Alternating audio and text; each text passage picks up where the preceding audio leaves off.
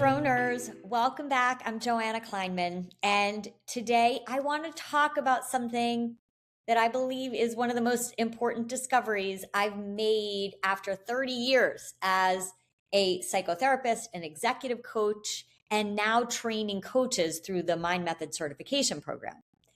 And it's a discovery that explains why some people completely transform the trajectory of their lives, while other people continue repeating the same emotional experiences year after year.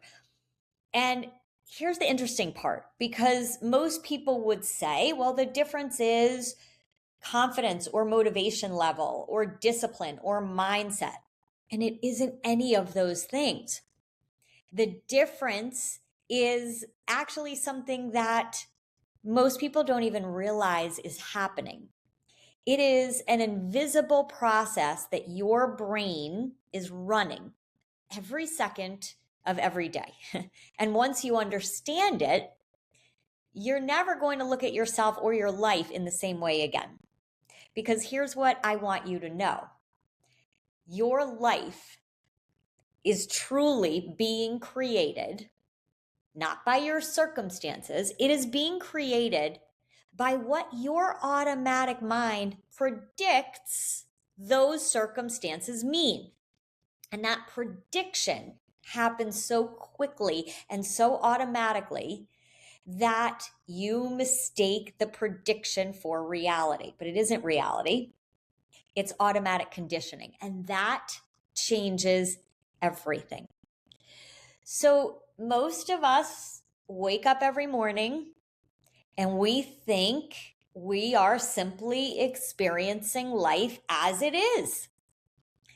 And we go through life paying attention to the circumstances. So if someone criticizes us, we feel hurt or angry, or a client says no in our business and we feel discouraged, or a boss or a supervisor gives us feedback and we feel anxiety.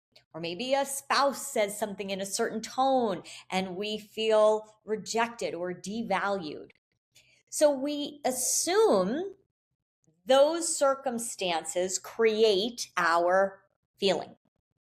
But that's not actually what happened. So between every circumstance and every emotional experience, there's something invisible. And that is your automatic mind. So your automatic mind immediately predicts what that circumstance means. And that prediction is what creates your emotional experience. So think about how quickly that happens. Someone doesn't return your text, and immediately, maybe you think they must be upset with me. Or you make a mistake during a presentation and you say, well, that went badly. I embarrassed myself. Or your business has a slow month and the prediction is this is failing. Or maybe someone else gets promoted and you feel like you're being left behind. The circumstance itself lasted maybe a moment, but your automatic mind instantly created a story about what it meant. And because that story happened so quickly, it felt like reality. But here's the truth. The circumstance was not creating your suffering. The prediction was. So a few weeks ago, I had the profound privilege of spending several days in Atlanta coaching 25 emerging leaders inside of a global consulting firm. And watching these leaders grow over the course of the week was truly astounding. Okay, these were incredibly intelligent, high-performing, ambitious professionals. And every single one of them had moments where their own minds became the greatest obstacle to the leader they wanted to become. So at one point I was working with a young woman who said, I want to become more confident in my leadership. And this is a question that people ask all of the time. Executives ask it, entrepreneurs ask it, parents ask it, people starting a business ask it, people changing careers ask it. We all think that that confidence, that executive presence is something we are supposed to build. Now, what I said to her was, I don't actually think there's such a thing as becoming more confident. Okay. So I kind of saw her mind start saying, what does she mean by that? So we've been taught that confidence is something that you earn through experience or through enough accomplishments or getting enough credentials. And eventually you'll wake up feeling like the confident person that you want to feel like. I have been watching human beings trying to become more confident in various ways in their life for 30 years. And I have a very different conclusion. Confidence is not something you create. Confidence is what naturally emerges when you stop allowing your automatic mind from trying to protect you from the emotional experiences that you keep predicting are dangerous. Now, this is a completely different conversation because we want to start thinking about your brain like a GPS. So imagine your brain is like a GPS in your car. So a GPS doesn't actually see the road, it navigates using the map that's been programmed into it, right? So imagine that GPS hasn't been updated in 20 years. So that GPS still believes the road exists that was torn down 5 years ago. And it still warns you about construction that's long gone. And it keeps insisting that you turn onto streets that no longer exist. So, of course, you wouldn't trust that GPS. Right? And you'd realize it's not that the GPS itself is broken. It's just using an outdated map. And that's exactly what your automatic mind is doing every single day. Your brain is navigating your life using maps it created years, sometimes decades ago. Maps that were incredibly intelligent when you were 7 or 15 or 22 because they helped you survive emotionally. Okay, maybe your map learned if I disappoint people, I'll lose love and connection. Or if I make a mistake, people are going to judge me. Or if I don't prove myself, people will think I'm not good enough or I won't matter. Or if I speak up, I'll sound foolish. So those maps weren't created because they were true. They were created because at some point in your life, your young brain was trying to make sense of not only the world around you, but your own inner discomfort. So those maps became your survival strategy. But here's the problem. The map that help you survive those younger versions of you is the very thing that's preventing you from leading powerfully as an adult. So instead of helping this leader become more confident, I started asking her about what her automatic mind is trying to protect her from. So she started answering, well, I think I'm afraid that people will realize I don't know enough. And there it was. That was the prediction. It's not I lack confidence. It's if I speak up, I'll be exposed as not being enough, not knowing enough. So do you see the difference? One, right? If you say I lack confidence, that's a personality trait. The other is a protective strategy. It's not that this young woman was lacking confidence. She wasn't. It is that her automatic mind kept trying to protect her from feeling exposed.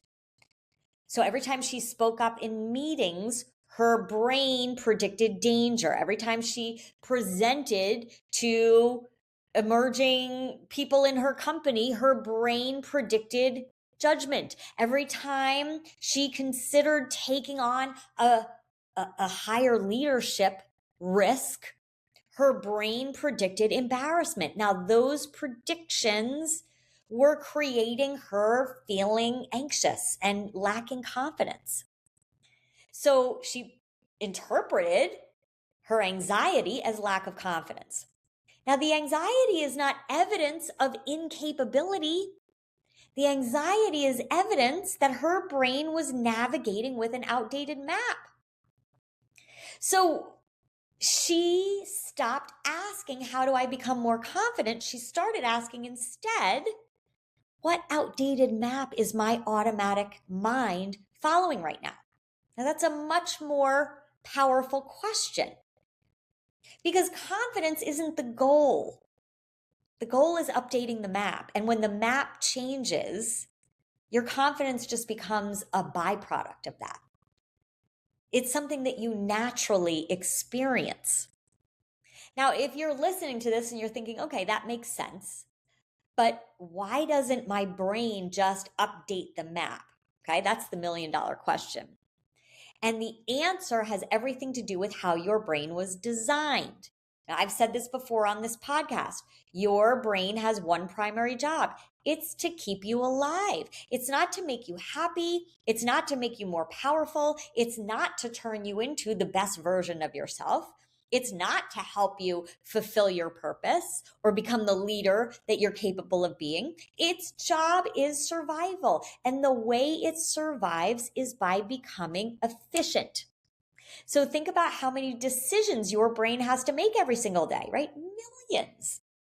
If your brain had to consciously analyze every conversation, every facial expression, every email, every decision, you'd be mentally exhausted before you ate breakfast. So instead, your brain creates shortcuts. Now, neuroscientists call those shortcuts predictive models. I like to call them your automatic maps. They're incredibly efficient. Your brain looks at a situation, it compares it to your past. It predicts what it means all within milliseconds. And immediately your brain tells your body how to respond, all before you've had any conscious thought about what's going on. So that's why sometimes you'll feel anxious before you even know why. Your body has already received the prediction.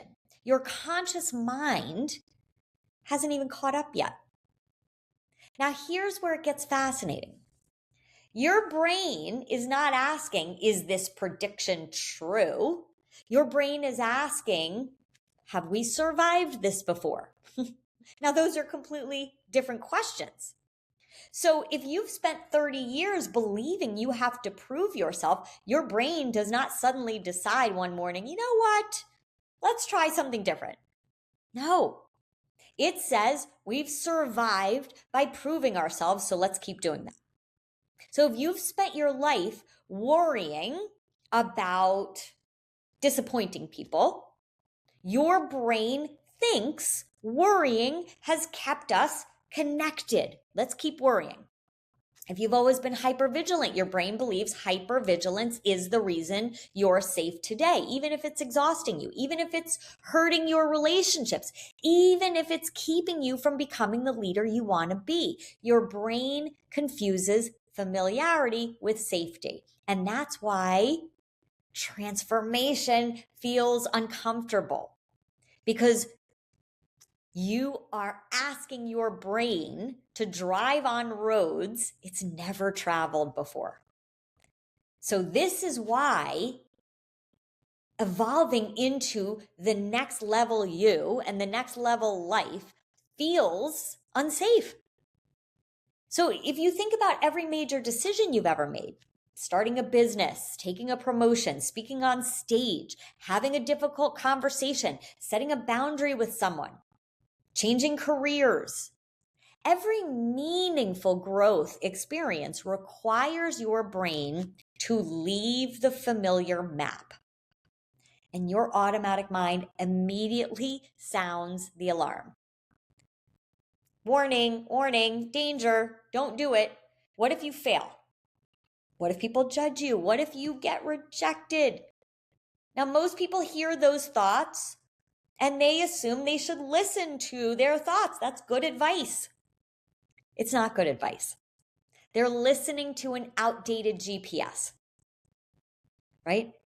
So two people can experience the same situation and have very different ways of experiencing that same situation, right? So we walk away with our own emotional experiences based on our outdated GPS maps. So let's go back to those emerging leaders in Atlanta, okay? So imagine two leaders walk into the same presentation and they both receive the same feedback from the presentation. Now, one leader can think, that was helpful. I know exactly what I want to improve. And the other leader spends the next 3 days replaying every word and wondering if they looked foolish and questioning whether they're even leadership material. The feedback wasn't different. It was exactly the same. The prediction was one brain predicted growth. The other brain predicted danger. One automatic mind said, oh, this is useful information. The other said, this is evidence you're not enough. Now, that's why I've spent my entire career saying over and over again, your circumstances are never the greatest obstacle to your life. It is your relationship to your circumstances. That's the predictor. The prediction your automatic mind is making about your circumstances. Now, this is why positive thinking doesn't work. I don't teach positive thinking. Positive thinking tries to change the conclusion without changing the prediction. So imagine your automatic mind predicts, if I speak up at this meeting, people will think I'm incompetent. Now just imagine someone tells you, just repeat to yourself over and over and over again, I am confident, I am strong, I am wise. Meanwhile, your nervous system is screaming, run for the hills. You see the disconnect? Your body isn't responding to your affirmation. It's responding to the prediction. So this is why so many people feel like personal development doesn't work, because they've been trying to convince themselves that they're safe instead of understanding why their brain believes they're unsafe in the first place. That's a completely different conversation. So your nervous system is listening to the prediction. Now, this is one of the biggest shifts I hope you'll take away from today's episode. Your nervous system is not responding to reality. It's responding to what your automatic mind predicts reality means. Your nervous system is responding to prediction.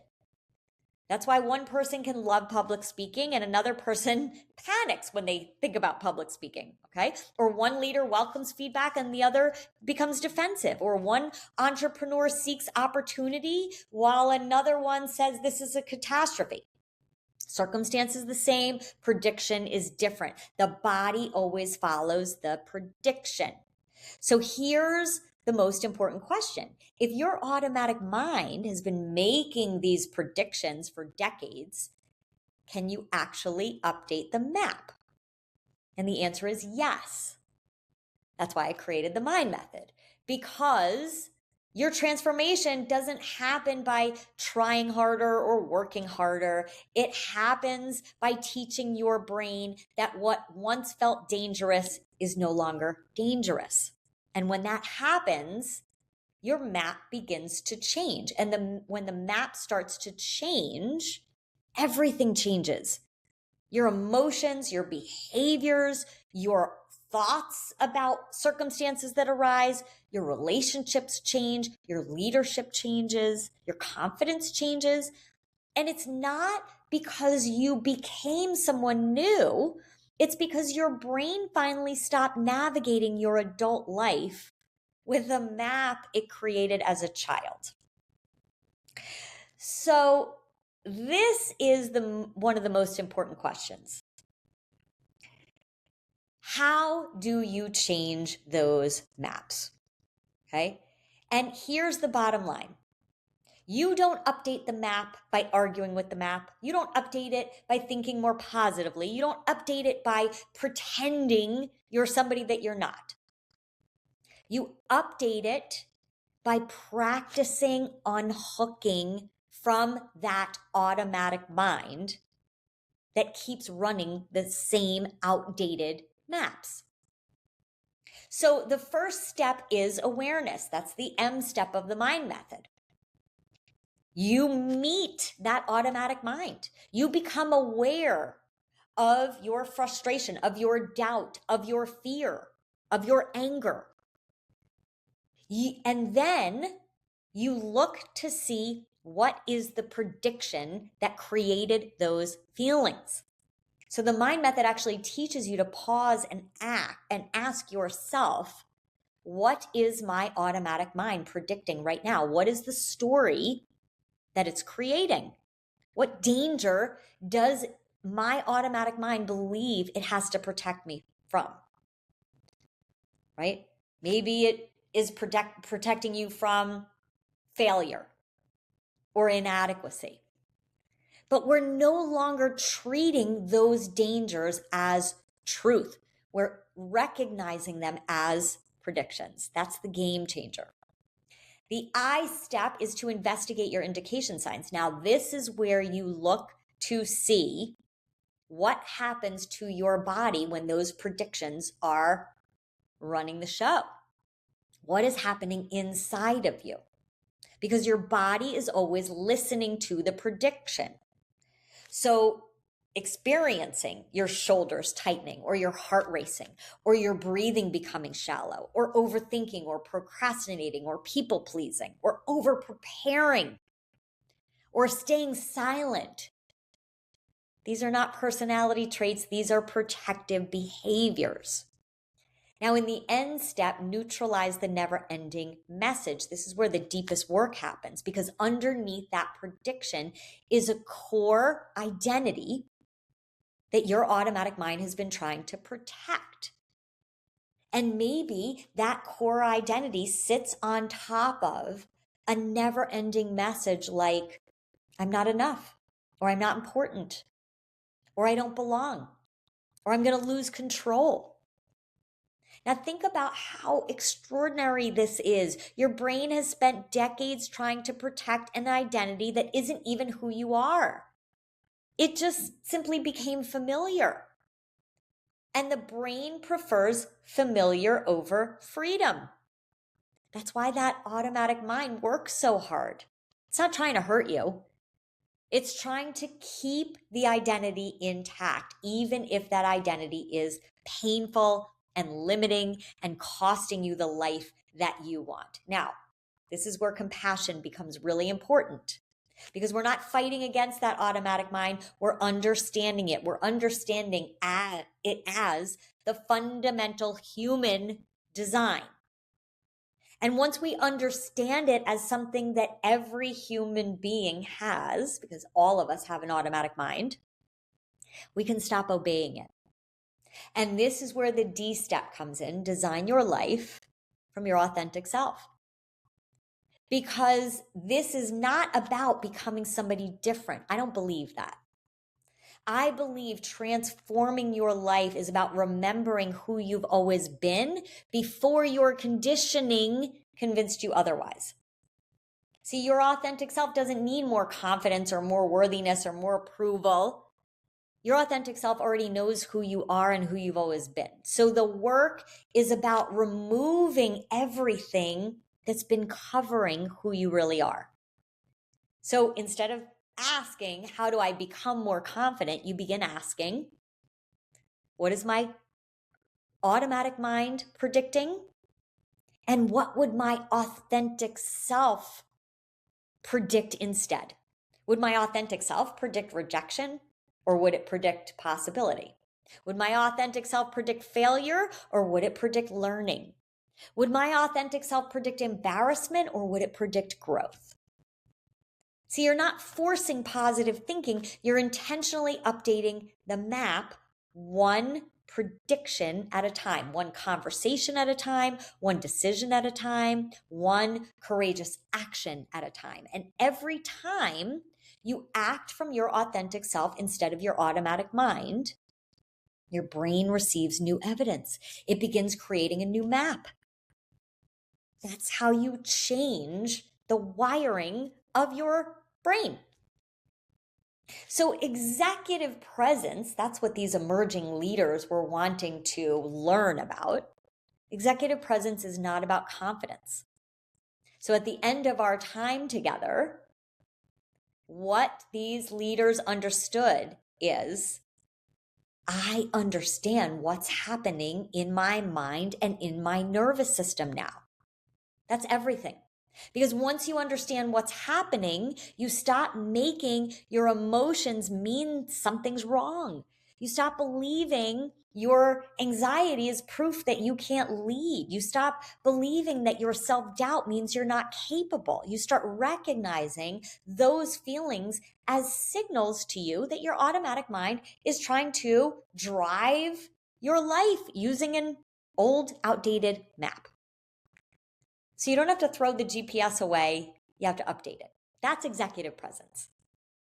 Executive presence is not the absence of fear, it's the ability to recognize when your automatic mind predicts danger. That's what great leaders do. That's what extraordinary coaches do. That's what emotionally free human beings do. So I want to leave you with this question. Whether you notice that you are feeling anxious about something or overwhelmed or frustrated or defensive or discouraged, stop asking, what's wrong with me? Or what's wrong with this circumstance? Start asking, what is my automatic mind predicting right now? And is this prediction coming from an outdated map? Because that one question creates space. And inside of that space, there's a choice. You can continue following that old map, or you can begin creating a new one. So your automatic mind has actually done an incredible job. It's helped you survive. It's actually helped you in certain places of your life thrive. It protected you. It got you here. But it was never meant to become the CEO of your life forever. That's the job of your authentic self. So your future isn't waiting for you to become more confident or waiting for different circumstances or waiting until you're fearless. Your future is waiting for you to stop allowing that outdated map to determine where you're capable of going. So thank you so much for spending time with me today on this episode. If this episode resonated with you, I hope you'll share it with somebody that you care about. If you're ready to learn more about how to update your own map, maybe you're even ready to help other people update their maps, I invite you to explore both the Mind Method Community Program and the Mind Method Certification Program, where you can read my book, Dethroning Your Inner Critic, which goes through every step of the Mind Method. You can learn more about my work at masteringyourmind.com. And thank you for tuning in today. I'll see you on the next episode.